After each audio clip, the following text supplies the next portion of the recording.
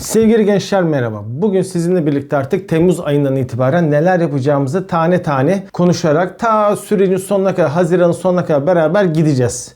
İşlerimizin yoluna da bakarak olabildiğince haftada 2 tane 3 tane video çekmeye çalışacağım.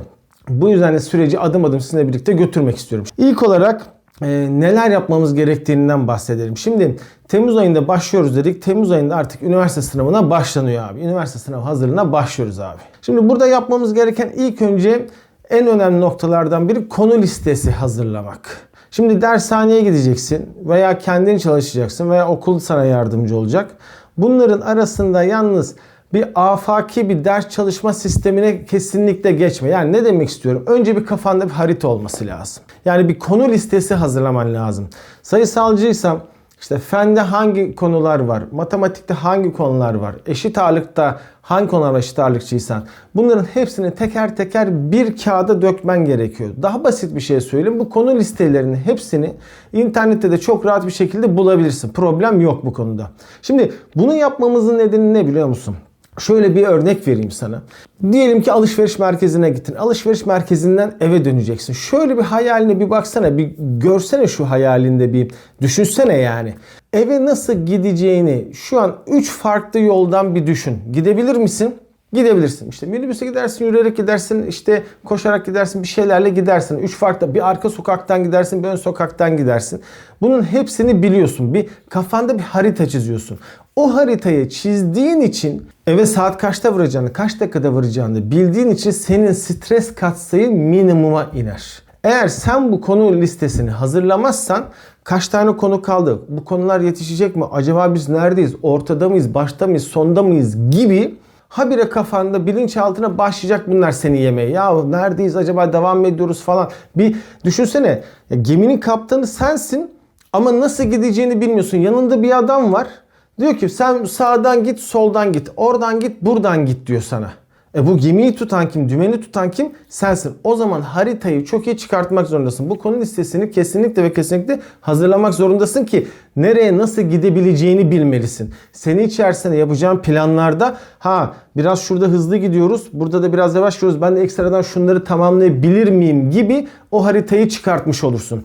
Yani minibüste gitmek yerine evine ya bugün de yürüyerek gideyim kardeşim dersin. Anlatabildim mi? Bu yüzden konu listesi çıkarmak bütün derslerde tane tane inanılmaz önemli. Bu yüzden ilk yapacağın şey derste Temmuz ayında başlamadan önce konu listesi çıkarmak olmalı. İkincisi kaynaklarını hemen edinmeye başlamalısın. Gerçi şu an kırtasiyelerde yavaş yavaş kitaplar gelmeye başladı. Hepsi full böyle işte basımda diyorlar, işte okullar yaklaşınca devam ediyoruz diyorlar, o diyorlar, bu diyorlar falan. Hani bazen bir eksikler oluyor tabii ki ama olabildiğince bu kaynaklarını edinmeye çalış. Şimdi kaynakları ediniyoruz ya abi. Sayısalcısının eksik olan bir kaynağım var. Fizik mesela. Ya fizikten işte şu kitaplar, özellikle şimdi yayın vermek istemiyorum. Yayın adı vermek istemiyorum. Ya şu yayınlar yokmuş. Ne yapacağız? O zaman ne yapacaksın? Analitik düşüneceksin. Yani ona benzer başka bir kaynak al. Veya geçen seneden arkadaşlarından al. Fark etmez ki. Ya o kadar çok kitap alıyorsunuz ki 12. sınıfta buna şahit olacaksın. Mezunsan da zaten biliyorsun bunu. İnanılmaz deli gibi hiç kapağı açılmamış bir sürü kitaplar oluyor. Ya komşunun çocuğundan bile istesen bir tane fizik kitabı gelene kadar, yeni önerilen kaynağın gelene kadar oradan devam etsen de olur. Sıkıntı olmaz yani. Bu yüzden kaynaklarını edin ama bu kaynak yokmuş kırtasiyede. Aman bu yüzden ben de fizik dersine başlamayayım. En iyisi kimyaya başlamayayım. Zaten daha var ya deme sakın. Anlatabildim mi? Bu yüzden yapacağın şey kaynaklarını bir şekilde edinmek. Şimdi üçüncü olana geleceğim. Üçüncü olan daha da önemli bir şey. Şimdi haritayı hazırladık. Kaynaklarımızı aldık. Üçüncüsü bunu ileride biraz daha fazla detaylı bir şekilde değineceğim ama telefon muhabbeti. Telefon muhabbetinden uzak duracaksın. Ders yaparken o telefonunu masanın üzerinde tutmayacaksın. Buna alıştırman lazım kendine. Bunun dememin nedeni ne biliyor musun? Dopamin denilen bir tane hormonsal bir salgı var. Vücudumuzda yayılıyor. Mutlu olduğumuz zaman yaydığımız bir. Bunu daha detaylıca anlatacağım sana ama alkolik olan insanlar bu dopamin hormonu inanılmaz fazla salgılarlar. Alkolik olan insanların alkolik olmalarının nedenleri stresle başa çıkamamaları olarak araştırmalar bulmuş.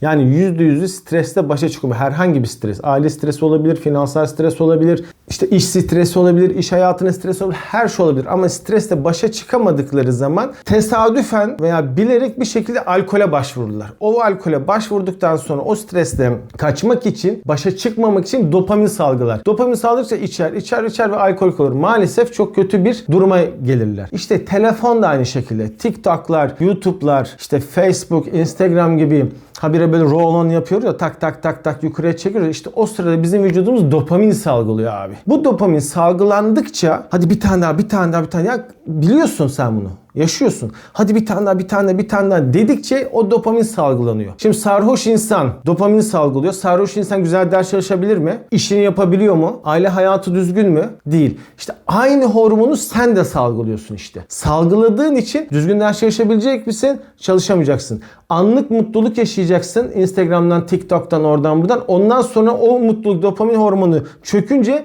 tak, bundan sonra bir daha da ders çalışamayacaksın. Allah kahretsin, hayat çok kötü, çok zor diyeceksin, çalışamayacaksın. Ben cep telefonunu senin zararlı olduğundan dolayı değil, ders çalışamadığından dolayı bu taktiği veriyorum sana. Alışkanlıklar çok önemlidir. Bu yüzden yapacağın şey, o telefon, derse başladığın zaman telefonu alacaksın. Masanın etrafında veya odanın etrafında al abi, dışarıya koy. Bu notification'lar dediğimiz, yani tık tık tık hani bildirimler geliyor. O bildirimlerin hepsini de kapat. Ki ders çalışabilirsin. Şu saat benim ders çalışma saatim, planımı yaptım, her şeyimi yaptım. Temmuz ayı abi başladım her şeye. O zaman buna devam etmelisin. Şimdi bu 2022-2023 sezonundaki ilk dersimiz buydu. Şimdi bundan sonraki derslerimiz yine tıkır tıkır devam edeceğiz ama en önemli 3 tane şey sana söyledim. Konu listesi yapıyorsun. Kaynakları da hemen ediniyorsun. Ve ondan sonra o telefon muhabbetini ders çalışırken uzakta tutuyorsun, bu alışkanlığı kazanıyorsun. Başka türlü derse oturamazsın çünkü. Bunları daha detaylıca inceleyeceğiz. Bir dahaki videoda görüşmek üzere. Hoşça kal.